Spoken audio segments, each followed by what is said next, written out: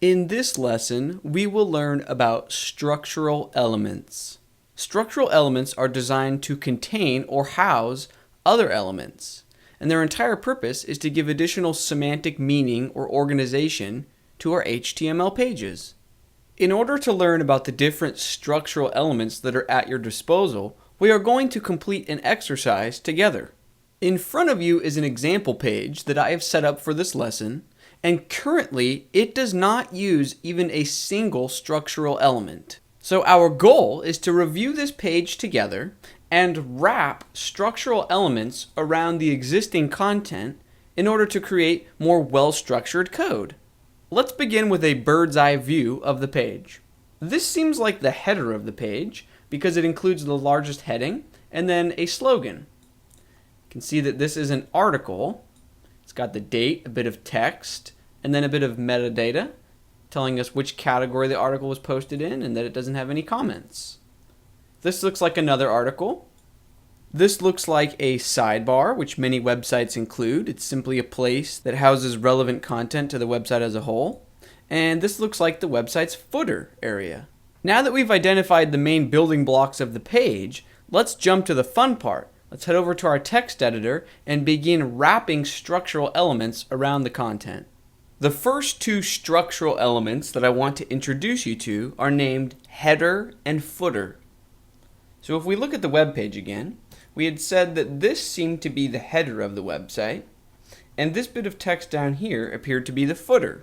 So with that in mind, in our text editor, let's wrap these two elements inside a header element and indent them just to stay organized. And then let's scroll to the bottom, and this is the bit of text that we identified as the website's footer. So there's an element named footer. The next structural element that I would like to introduce you to is named article. If we look at our web page, we had mentioned that this looked like one article and this looked like a second article. Now the element's name is a bit self-explanatory, article. So we can use this when we have an article or a blog post or any other bit of content that can stand on its own, that's cohesive even without any of the other content on the web page. So in our code, let's find the first article and wrap it in the article element. So here is all of the code. So our start tag will be here. Our end tag will be here. And then let's go ahead and indent this content. So our first article is complete. Let's go ahead and wrap the article element around the second article. So it begins here and it ends here. So the start tag, article, the end tag, article, and then let's indent the content. Now that we've created article elements, I'd like to revisit the header and footer structural elements. When we used the header element earlier in the lesson, we did so to signify that this bit of content was the header of the entire document or website, and there should only be one top-level header.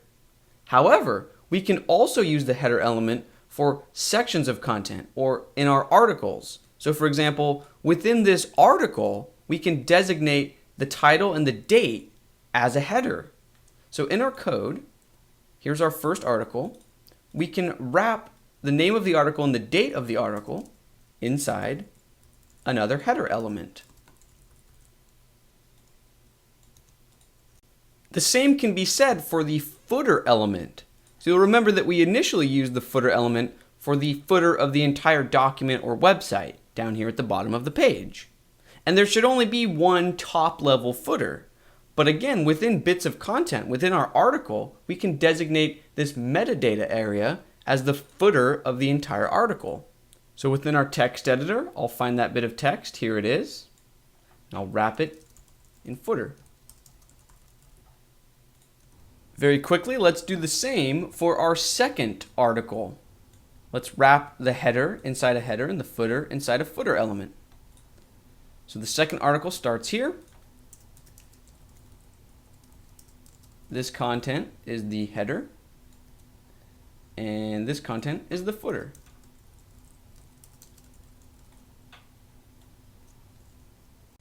to review, so far we've learned 3 structural elements. Number 1, header.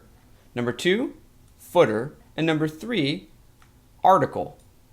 The 4th and final structural element that we will learn in this lesson is named aside. The aside element is used for a section of the page which is related to the content surrounding it, but should be viewed as separate from that content. So for example, in our second article, there is a glossary section. And this glossary is a great example of a place where we can use the aside element. So the glossary is where we can define terms that are used in this article, which means it's definitely related to the article, but it's not exactly part of the article's body content. It's an aside. So in our code, we can find that second article and identify where that glossary text sits and wrap it in an aside element.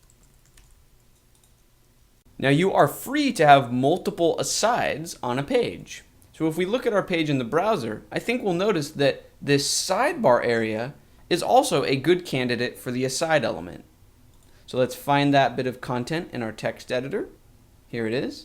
And we'll wrap that in an aside element as well. When using the aside element, it's important to remember the Russian stacking doll analogy, and it's important to pay attention to element's direct parent.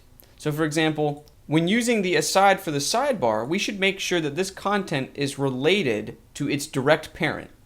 Now, the sidebar's direct parent is the body element itself. So that means whatever content goes inside this sidebar should be relevant or in some way related to the entire page itself. Whereas our glossary, its direct parent was the article.